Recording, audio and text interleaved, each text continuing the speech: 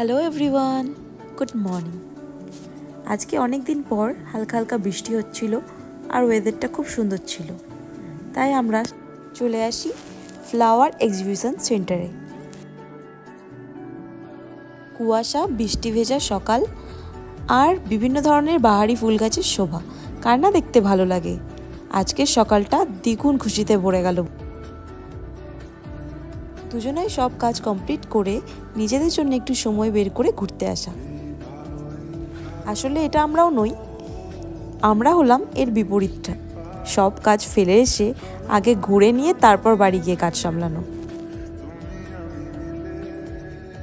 আমার শাশুড়ি মা আর বাবাই দুজনাই ফুল গাছ খুব ভালোবাসে। এখানে এসে প্রায় তো ছোট্ট একটা গার্ডেন বানিয়েই ফেলেছে।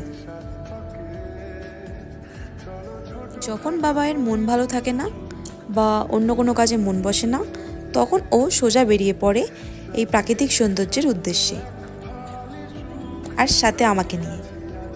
আবার এভাবে ইগনোরও করে। আমরা ভেবেছিলাম ফ্লাওয়ার এক্সিবিশন সেন্টারটা অনেকটা বড় হবে, বাট ভেতরে ঢুকে দেখতে পেলাম খুব একটা বড় নয়, অনেকটাই ছোট। তো আমরা বেরিয়ে পড়লাম। এরপরে বাড়ি থেকে আমার ভিডিও কল করে, আর তানু আমাকে দেখাচ্ছিল ওর 4টে দাঁত পড়ে গেছে।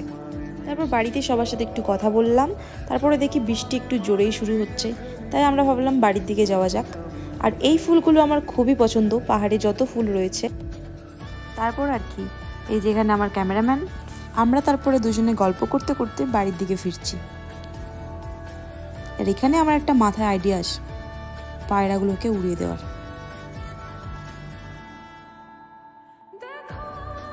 You will never be at this age again. Do what makes you happy. আজকের ব্লগটা তেমন কিছু নেই, এখানে এন্ড করছি।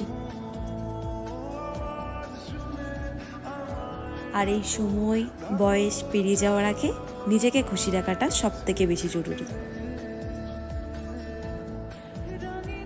তাই এখানে একটা ছোট্ট জ্ঞান দিচ্ছি আমি।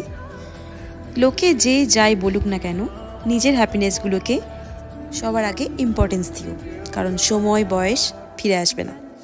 Bye bye. কেমন লাগলো আমার আজকে ছোট্ট মিনি ব্লগটি জানিও।